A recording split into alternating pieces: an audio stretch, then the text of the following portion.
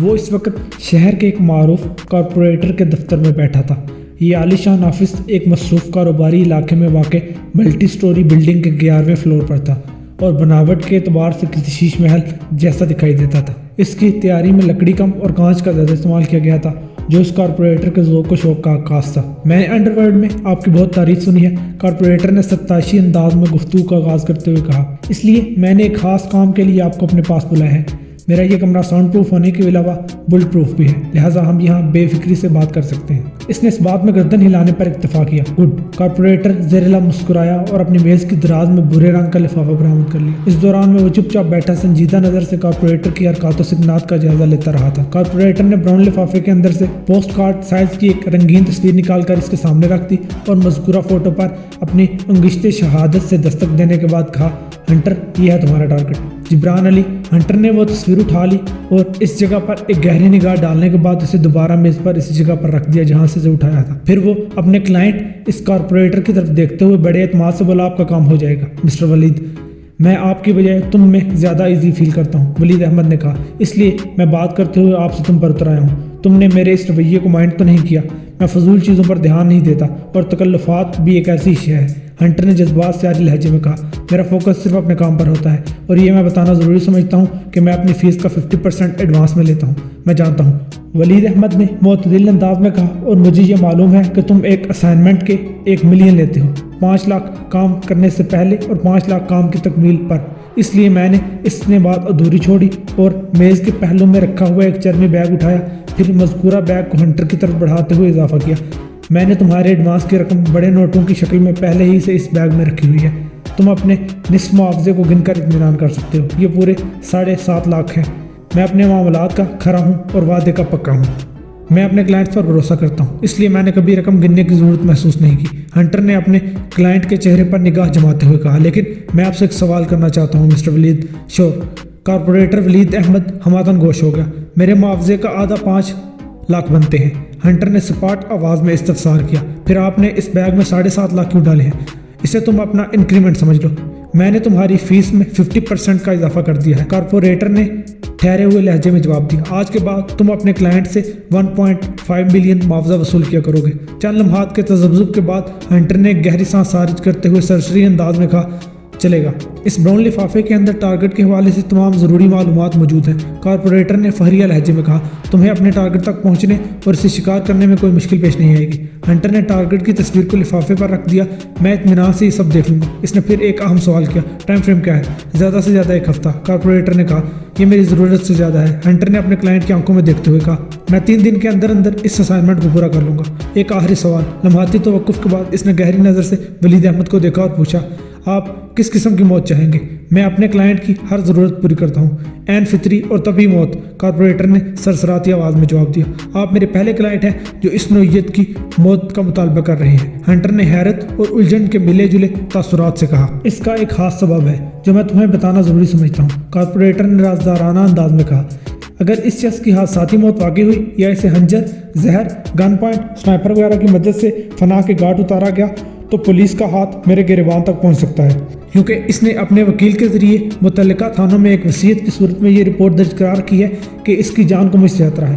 وہ corporate world میں دن دگنی رات چگنی ترقی کر رہا ہے اور میں اس کی کامیابی سے خوفزدہ ہوں، چنانچہ اسے اپنے راستے سے ہٹانے کی کوشش کر رہا ہوں۔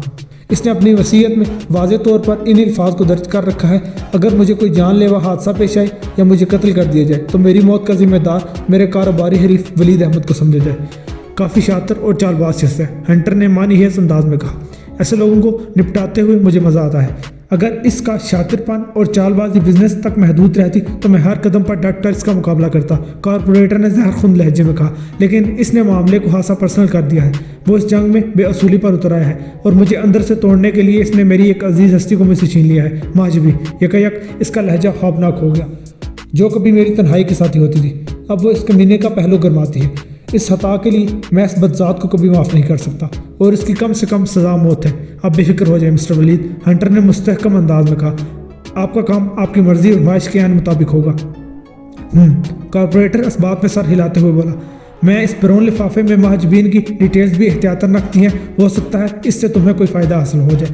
بات کے اختتام پر کارپوریٹر نے ایسی نظر سے ہنٹر کی طرف دیکھا جس میں سنسنی خیزی اور شفاقی پائی جاتی ہو۔ ہنٹر نے جواب میں اپنے ہونٹوں پر زہریلی مسکراہٹ سجا کر صرف اتنا کہا اور اٹھ کر کھڑا ہو گیا۔ چلتا ہوں۔ ایک بات کا خاص طور پر خیال رکھنا ہنٹر، کارپوریٹر نے ٹھوس انداز میں کہا، میں اپنے جرم کا کبھی کوئی سراغ نہیں چھوڑتا۔ ہر وہ چھوٹے سے چھوٹا ثبوت جو کسی مرحلے پر میرے خلاف جا سکتا ہو، میں اسے حرف غلط کی طرح مٹا دیتا ہوں۔ کارپوریٹر کی اس بات کے جواب میں ہنٹر نے سر کو اثباتی جنبش دی اور منی سائز کے لیدر بیگ کو اٹھا کر اس کانچ کے محل سے باہر نکل گیا۔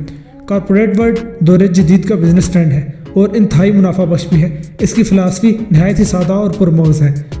ایک کارپوریٹر کسی غیر ملکی کمپنی کے کندھوں پر سوار ہو کر اپنے ملک میں اپنا بزنس شروع کرتا ہے۔ وہ آپ کے ملک میں پیدا ہونے والی اشیاء کو آپ سے سستے داموں خرید کر انہیں ایک خاص پروسیس سے گزارنے کے بعد مہنگے داموں آپ کے ہاتھ فروخت کر دیتا ہے اور لاکھوں کروڑوں کما لیتا ہے۔ یہی وجہ ہے قدرتی پیداوار کی مقدار عام مارکیٹ میں بہت کم رہ جاتی ہے، جو اصل سے دگنی قیمت پر عوام کو خریدنا پڑتی ہے۔ ہنٹر کے ٹارگٹ کا نام حارث محمود تھا۔ وہ جوس اور منرل واٹر کے بزنس کا ایک ابھرتا ہوا ستارہ تھا۔ ہنٹر کا کلائنٹ ولید احمد بھی کافی عرصے سے اسی بزنس میں تھا، مگر ٹارگٹ کی آمد کے بعد کلائنٹ کو اس بزنس میں قدم جمائے رکھنا آسان مشکل ہو رہا تھا۔ گویا ٹارگٹ کلائنٹ کو ٹف ٹائم دے رہا تھا، اس لیے کلائنٹ نے ہنٹر کی خدمات حاصل کی تھی۔ اس براؤن لفافے میں ٹارگٹ کے بارے میں مکمل معلومات درج تھی، اس کا سیل نمبر، گھر اور آفس کے لینڈ لائن نمبر اور ان مقامات کی لوکیشنز وغیرہ، اس کی دن بھر کی نقل و حرکت۔ اس دن ہنٹر اپنے کام میں لگ گیا۔ اس نے اپنے کلائنٹ کو بھروسہ دلایا تھا کہ وہ 3 دن کے اندر اس اسائنمنٹ کو پورا کر لے گا، لہٰذا اس سے فوری طور پر کام سے تو لگنا ہی تھا۔ ٹارگٹ کی تمام تر ڈیٹیلز اس کے سامنے تھی۔ اگر ٹارگٹ کو سنائپر شوٹ کرنا ہوتا تو یہ ہنٹر کے لیے ایک آسان ٹاسک تھا، مگر اس کے کلائنٹ نے عین فطری اور طبی موت کی شرط عائد کر دی تھی، چنانچہ اسے بھی کسی فطری اور گھریلو راستے کو ہی اپنانا تھا۔ اس سلسلے میں اس کی پہلی نظر مہاجبین پر گئی۔ ٹارگٹ نے سینا کو ساحل سمندر پر ایک لگژری اپارٹمنٹ میں رکھا ہوا تھا اور اس کا سارا خرچہ اٹھاتا تھا۔ اس کا جب بھی موڈ ہوتا وہ تنہائی کے لمحات کو رنگین اور حسین بنانے کے لیے وہاں پہنچ جاتا۔ مہاجبی یہی سروس پہلے کلائنٹ کے لیے کیا کرتی تھی۔ وہ اپنی ایک کمزوری سے مجبور ہو کر ٹارگٹ کے پاس آ تو گئی، لیکن ہر لمحے اسے کلائنٹ کی جانب سے ایک دھڑکا سا لگا رہا تھا۔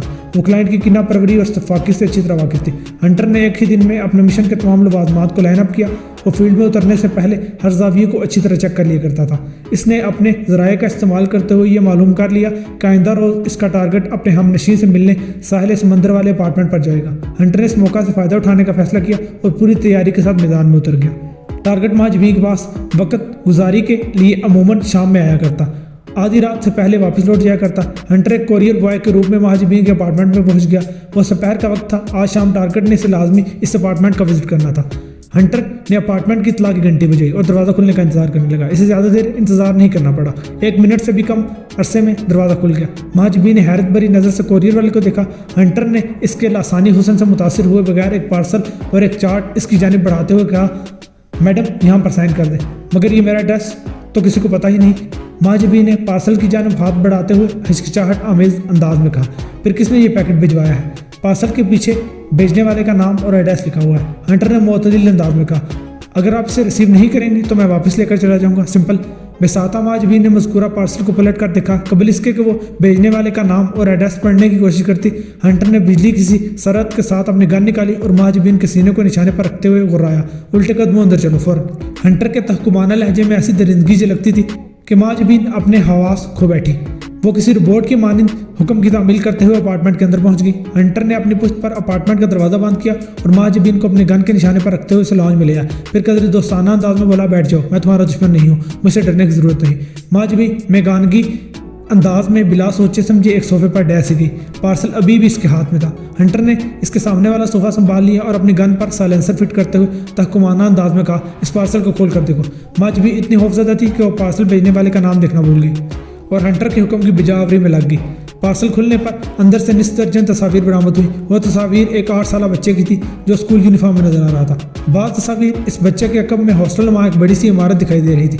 2 تصاویر ایسی بھی تھیں جو اس بچے کو ایک کمرے میں قید ہوا دکھائی دے رہی تھی۔ حالت قید میں مذکورہ بچہ بہت سہما ہوا نظر آ رہا تھا۔ یہ تو میرا بیٹا کاشی ہے، مہاجبین نے وحشت زدہ انداز میں کہا، میں نے اسے بورڈنگ میں ڈال رکھا ہے۔ اس وقت تمہارا یہ بیٹا کاشف عرف کاشی بورڈنگ میں نہیں بلکہ میری کسٹڈی میں ہے اور بالکل محفوظ بھی۔ ہنٹر نے ٹھہرے ہوئے لہجے میں کہا، یہ آئندہ بھی محفوظ رہ سکتا ہے اگر تم عقل مندی کا مظاہرہ کرنے کے لیے تیار ہو جاؤ تو۔ تم اسے کیا چاہتے ہو؟ مہاجبین نے بکھری ہوئی آواز میں کہا، میں کاشی سے بے حد محبت کرتی ہوں، اسے کچھ نہیں ہونا چاہیے۔